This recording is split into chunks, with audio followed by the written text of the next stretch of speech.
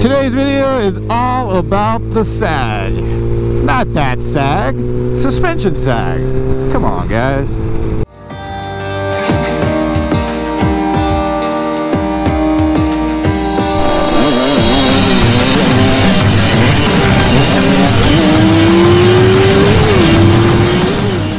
What's going on, peoples?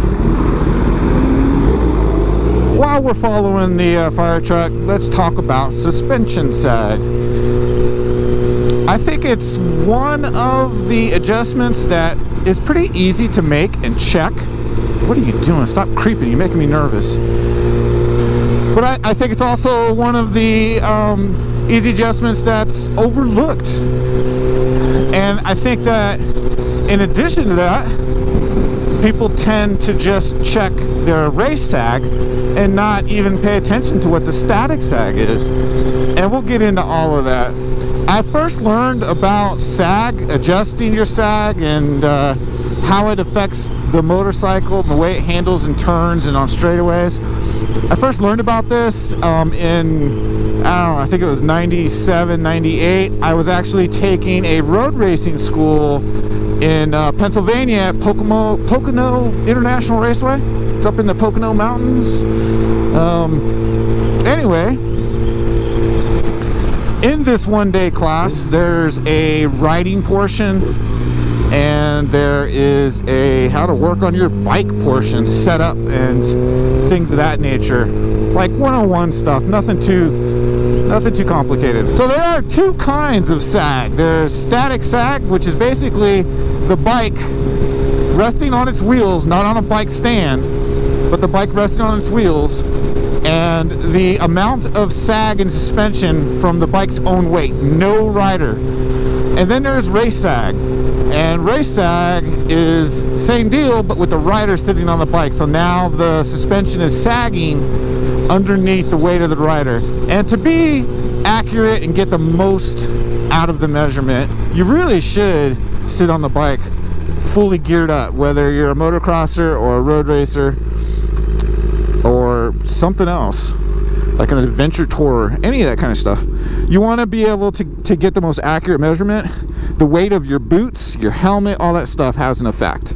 A really good rider can feel the difference in a sag adjustment down to 1 to 2 millimeters. I don't know if I fall into that category, but I can definitely tell the difference in the sag of the bike when you are making much bigger changes. It's pretty obvious. So how do you adjust your sag? It's pretty simple, really, and this is why I think everybody should take a look at this, because it's easy to do. You literally just need a hammer and a punch for most bikes. KTM actually has got something that's pretty neat, and you don't need a hammer and a punch. And they do sell a special wrench to adjust the sag on your rear shock, but a lot of times on some bikes it's really hard to fit the wrench in there, and it's actually just easier to use a hammer and a punch.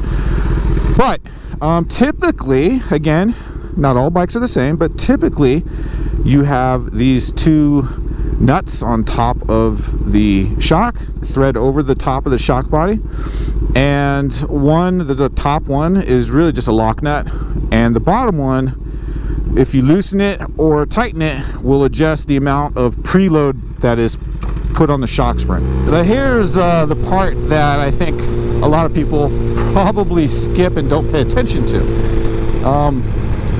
If the shock spring is too soft for your weight, because they are not all created equally, what will end up happening is the bike will sag too much, and you will torque down the nut and add a bunch of preload.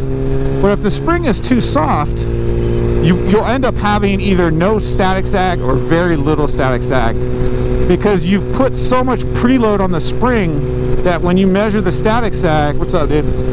When you measure the static sag, there won't be any, because you had to preload the spring because it's too soft for your weight.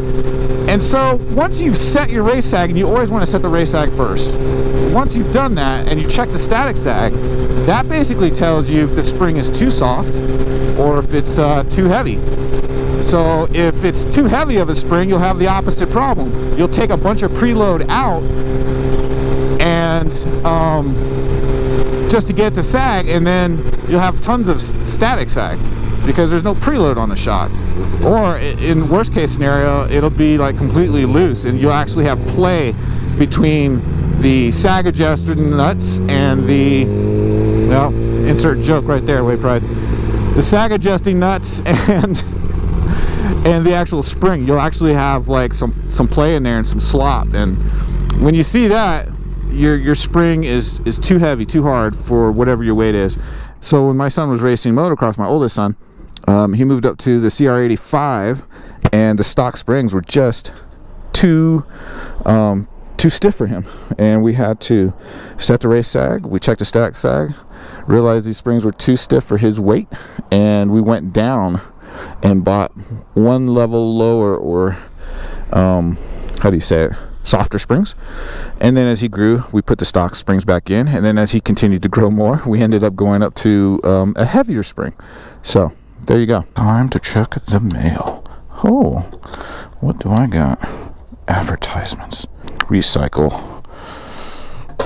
So to really do a proper job of checking the race sag, you got all your gear on, you're sitting on the bike. It's really kind of a three-person job, because you don't want to tippy-toe one of your feet on the floor. You want to be centered on the bike just like you'd be riding it with both feet on the peg. So usually when you see at the pros, at the races with the pros, you know, the really good guys,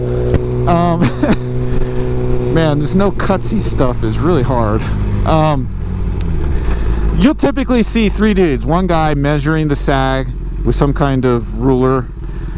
Obviously the rider's all geared up sitting on the bike, and then you'll have another dude holding the bike by standing over the front fender, front wheel, and holding the handlebars so that the rider doesn't have to put their feet down.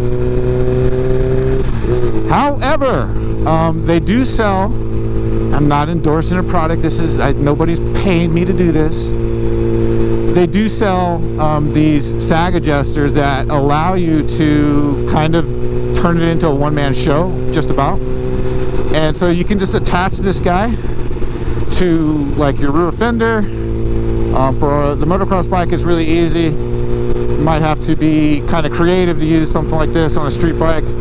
But if you can find two ends to attach it to, you can just sit on the bike. It will record the sag as you sit on the suspension, bounce it up and down a couple times, get it set in real good, and this device will record the largest measurement. So there you go, man. Quick pro tip: check your race sag, and then check your static sag. You might be riding with springs that aren't made for your weight. It could be too soft, it could be too heavy, but you won't know until you set your race sag. Always set your race sag first, then set your static sag. And if you don't know what to set the sag to, I mean, at this point, you know, we live in the information world, just Google it. But you should have an owner's manual, and generally the owner's manual will give you a starting point of where you would want to set the sag. And I say starting point because you can always make little adjustments. You might go to a track where a little bit more sag is in order, or a little less sag. It all depends. You have tracks that are slower with lots of really tight corners, and you might want to run less sag so the back of the bike sits up a little bit higher and the bike will steer sharper. It'll corner faster. And then you might run on tracks where it's completely the opposite, and you can actually run with a little bit more rear sag because you don't have the tight, slow turns. You don't need the bike to respond in the turn so quickly, but you want maybe more high-speed stability.